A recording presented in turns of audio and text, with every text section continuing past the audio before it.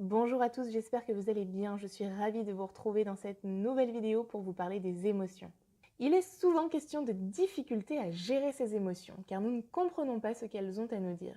Elles peuvent alors être perçues comme des nuisances, des interférences, des obstacles, des interventions malgré nous qui nous posent alors souci. Et c'est parce que nous les percevons comme telles que ces dernières deviennent contraignantes. Si vous changez votre regard sur vos émotions en apprenant à les comprendre, à apercevoir la bienveillance et l'intention positive qui les motivent à intervenir, si vous appreniez à décrypter ce que chaque émotion vient vous signifier au moment où elle survient, les émotions deviendraient alors une ressource pour vous, une aide, et vous pourriez ainsi vous en servir pour mieux réaliser ce que vous souhaitez.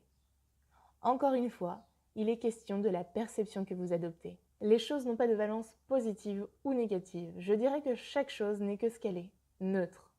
C'est ce que nous en faisons et la manière dont nous les percevons qui les rend positives ou négatives selon qu'elles soient aidantes ou bloquantes dans ce que nous voulons réaliser.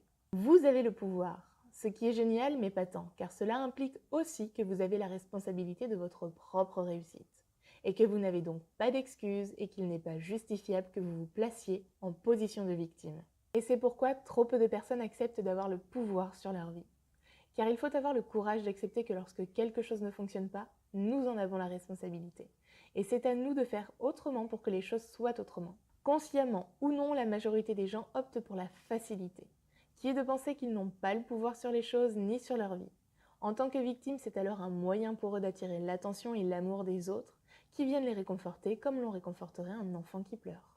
Ce qui permet également de se déculpabiliser des potentiels échecs ou difficultés, certes, mais c'est aussi ce qui est à l'origine de nombreuses frustrations et sentiments négatifs liés au non-accomplissement et au non-épanouissement de soi.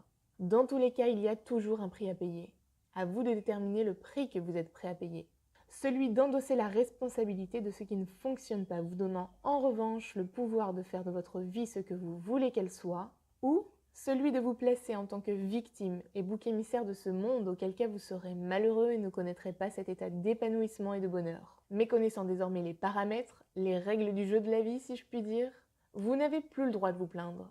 Faites un choix et assumez votre choix. Après tout, c'est votre façon de vivre et de ressentir la vie qui en dépend. Vous faites bien ce que vous voulez du moment que vous n'entravez pas le vécu des autres personnes.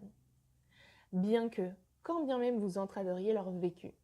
Si l'on suit les raisonnements que je vous ai énoncés plus haut, ces personnes-là auront le choix de quoi en faire et de comment elles laisseront cela se répercuter sur leur propre vécu.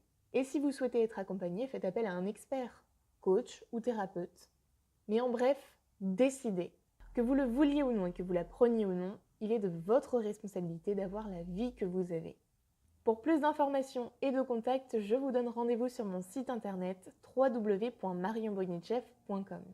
Si vous avez des questions, des interrogations ou tout simplement que vous souhaitez que je vous accompagne dans la gestion de votre problématique ou l'atteinte de votre objectif, contactez-moi par téléphone ou via le formulaire que vous retrouverez sur mon site. En attendant, prenez soin de vous et je vous dis à très vite dans une prochaine vidéo.